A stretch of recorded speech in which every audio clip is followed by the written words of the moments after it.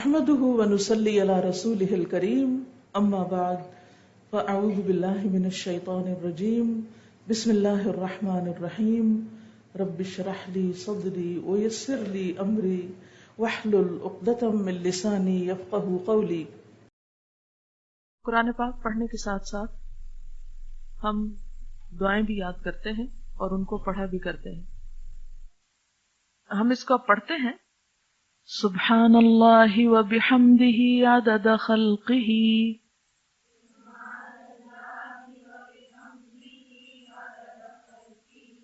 ورضا نفسہ وزنۃ عرشہ ومداد کلماتہ۔ سبحان اللہ، پاک ہے اللہ یا پاکی اللہ کے لیے ہے، وبحمدہ اور ساتھ اس کی تعریف کے، یعنی اللہ کی پاکی بیان کرتا ہوں اس کی تعریف کے ساتھ۔ کتنی پاکی بیان کرتا ہوں، کتنی تسبیح کرتا ہوں؟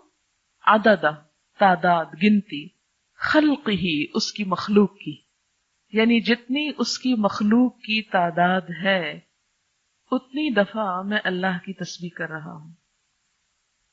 جیسا کہ آپ جانتے ہیں کہ صرف ایک آنکھ کے دیکھنے کے لیے ایک آنکھ میں، دونوں میں نہیں، ایک آنکھ میں دیکھتے وقت 70 لاکھ مخروطی خلیے استعمال ہوتے ہیں۔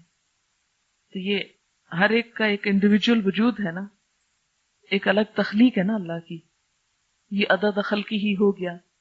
پھر اسی طرح ستاروں کی تعداد کے بارے میں کہ اگر ہر ایک کا صرف ایک فرضی نام رکھ لیا جائے جیسے ABC، تو جتنے ستارے آسمانوں میں موجود ہیں ان کو گننے کے لیے 300 کھرب سال چاہیے۔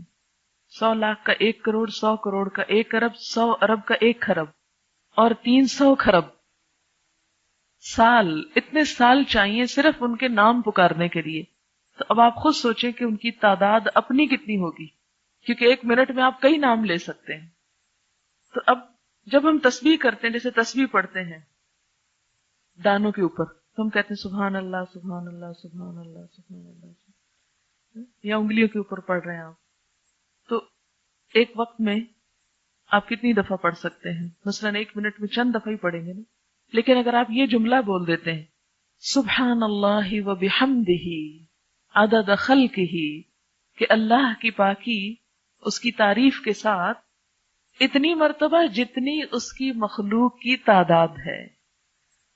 اور اللہ تعالیٰ کی مخلوق کی تعداد کتنی ہے؟ اللہ تعالیٰ خود فرماتے ہیں وَإِن تَعُدُّوا نِعْمَةَ اللَّهِ لَا تَحْصُوهَا، اگر تم اللہ کی نعمتوں کو گننے لگ جاؤ تم ان کو گن نہیں سکتے، ان کا شمار نہیں کر سکتے۔ تو ہم تو گن ہی نہیں سکتے، اسی لیے کہتے ہیں نا کہ کما ينبغي لجلال وجهك، جیسی ہونی چاہیے ہم تو کرنے کے قابل ہی نہیں، ہماری تو زبان اس اہل ہی نہیں۔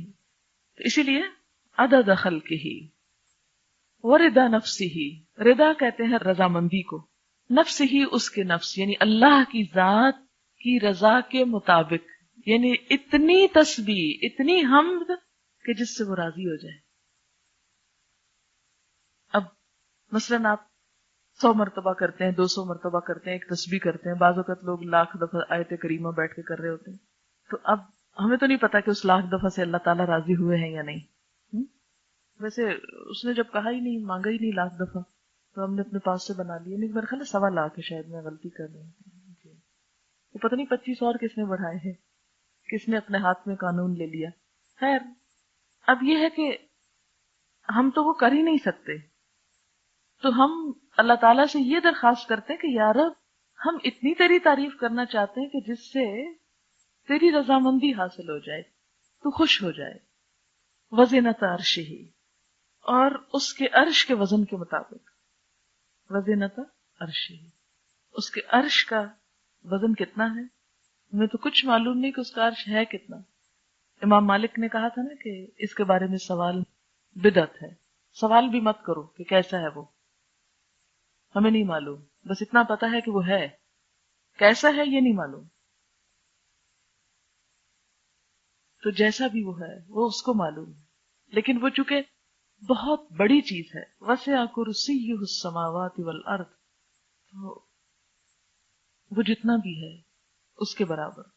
ومداد کلماتہ، اور اس کے کلمات کی لکھنے میں جتنی سیاہی درکار ہے. مداد کلماتی، اچھا وہ کتنی درکار؟ سورۃ الکہف میں آپ پڑھیں گے کہ اللہ تعالیٰ فرماتے ہیں کہ لو کان البحر مدادا لکلمات ربی لنفد البحر قبل ان ينفد کلمات ربی، کہ اگر یہ سارے سمندر سیاہی بن جائیں اور اس سے رب کی باتیں لکھی جانے لگے تو اس سے پہلے کہ رب کی باتیں ختم ہو سمندر کی سیاہی ختم ہو جائے.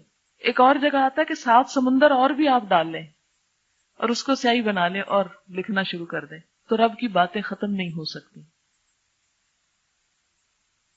تو پھر اس کے لیے کتنی سیاہی چاہیے ہوگی، ہم تو اس کے بارے میں امیجن بھی نہیں کر سکتے. فرمایا جتنی چاہیے وہ مداد کلمات، کہ اس کے کلمات جتنے ہیں ان کو لکھنے کے لیے جتنا وہ مٹیریل چاہیے اس سب کے برابر. سبحان اللہ وبحمدہ عدد خلقہ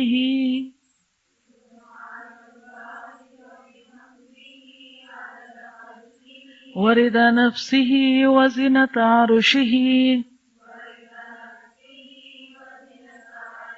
ومداد کلماتہ. السلام علیکم ورحمۃ اللہ وبرکاتہ.